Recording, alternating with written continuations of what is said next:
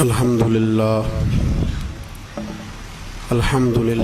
علی کل حال والصلاة والسلام علی صاحب حسنہ و جمال اما بعد اعوذ باللہ من الشیطان الرجیم بسم اللہ الرحمن الرحیم محمد الرسول اللہ والذین معہ اشداء علی الکفار رحماء بینہم تراہم رکعا سجدا یبتغون فضلا من اللہ ورضوانا صدق اللہ العظیم وصدق رسولہ النبی الکریم ونحن علی ذلک لمن الشاہدین والشاکرین والحمد للہ رب العالمین ان اللہ وملائکتہ یصلون علی النبی یا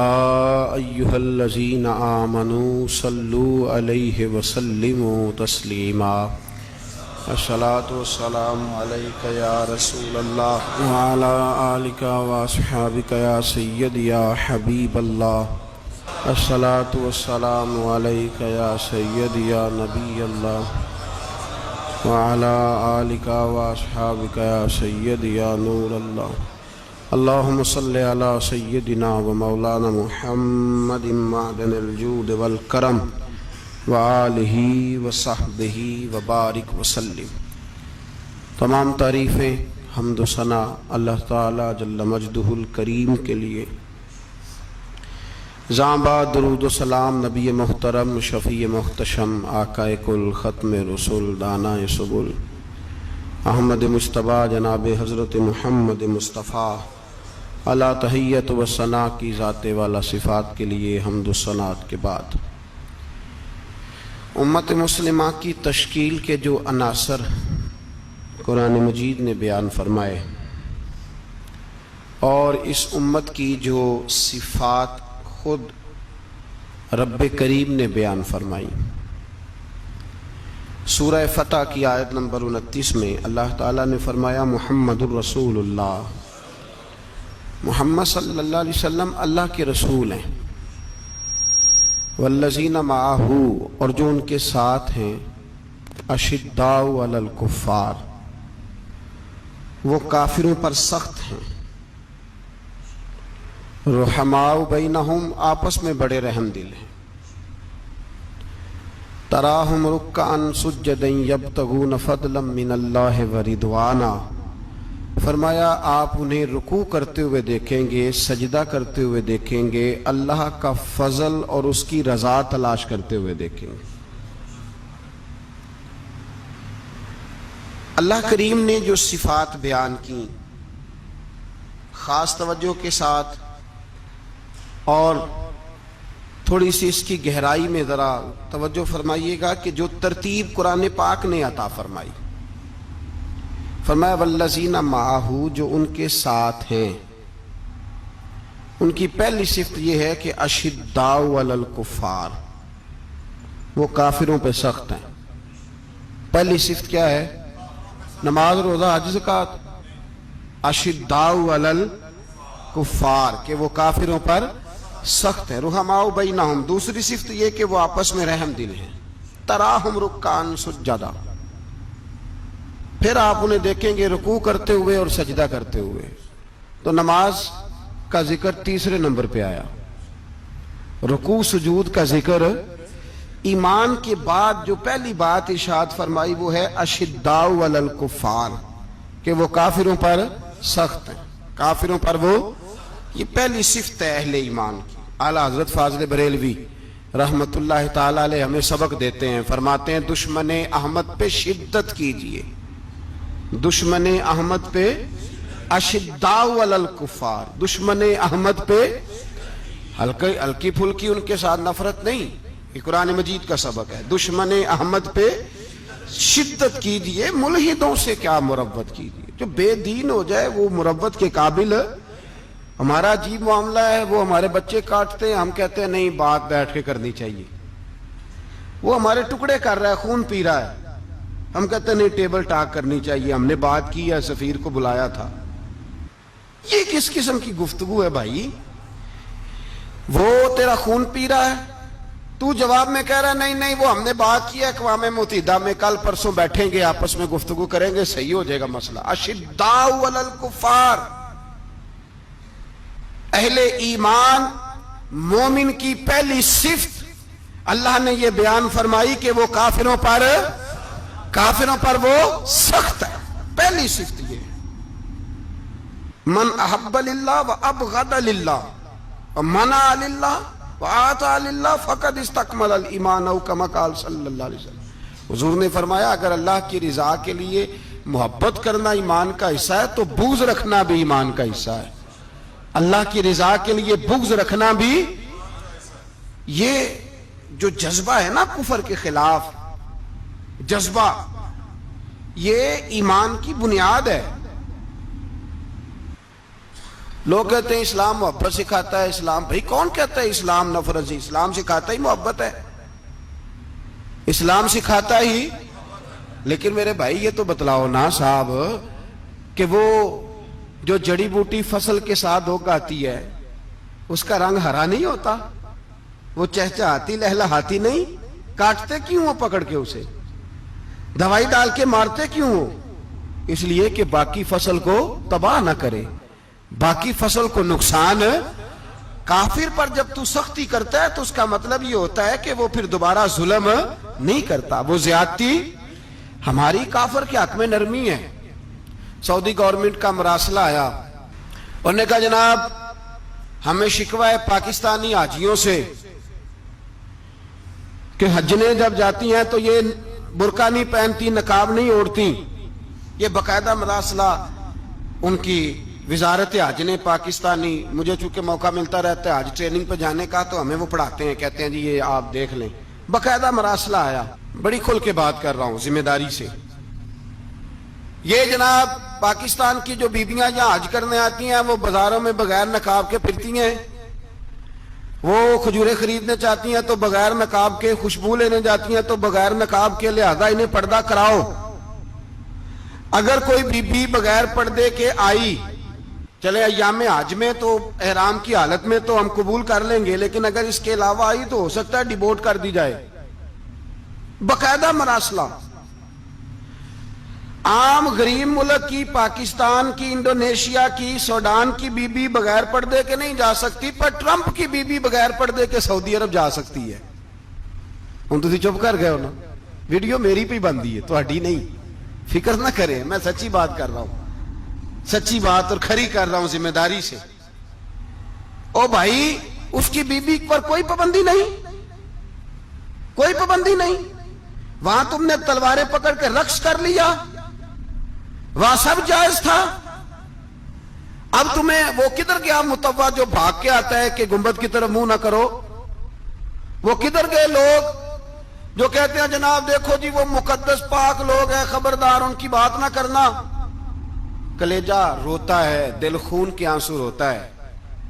اتنا بڑا حج کا اجتماع ہوا ہے، تمہیں کوئی توفیق نہیں تھی تو وہاں کہنا تھا اس کو، حج پڑھانے والے کو، خطبہ دینے والے کو کہ برما کے لیے دعائی کر دے، کہنا تھا اسے فلسطین کے لیے۔ بھائی میں جو رونا رو رہا ہوں ذمہ داری سے رو رہا ہوں، خدا را سمجھو، جب تم نے تمہاری اپنی بات آتی ہے تو 34 ملکوں کا اتحاد اکٹھا ہو جاتا ہے، اور جب امت کی بات آئے پھر کوئی پرواہ نہیں۔ میرے رسول پاک صلی اللہ علیہ وسلم نے جو دین دیا اس کی پہلی شرط یہ ہے اشداء علل، بولیے اشداء علل، کافر پر سختی کرنا پہلا حصہ ایمان کا۔ رحماء بینہم تو دوسرا نمبر ہے، یہ دوسرا ہے۔ تمہاری سختی صرف اس کے خلاف ہے جو تمہارے مفادات کو ٹھیس پہنچائے، جو تمہاری سنے نا۔ حضرت سیدنا فاروق اعظم رضی اللہ، میں تفصیل سے بات کروں گا اگلے جمعے جناب فاروق اعظم کے احوال پر۔ حضرت عمر فاروق رضی اللہ تعالیٰ عنہ بدر کے میدان میں جب نکلے نا، بدر میں، تو حضرت عمر سے حضور نے تجویز مانگی، فرمایا صف بندی کیسے کریں، کس طرح لڑنا ہے؟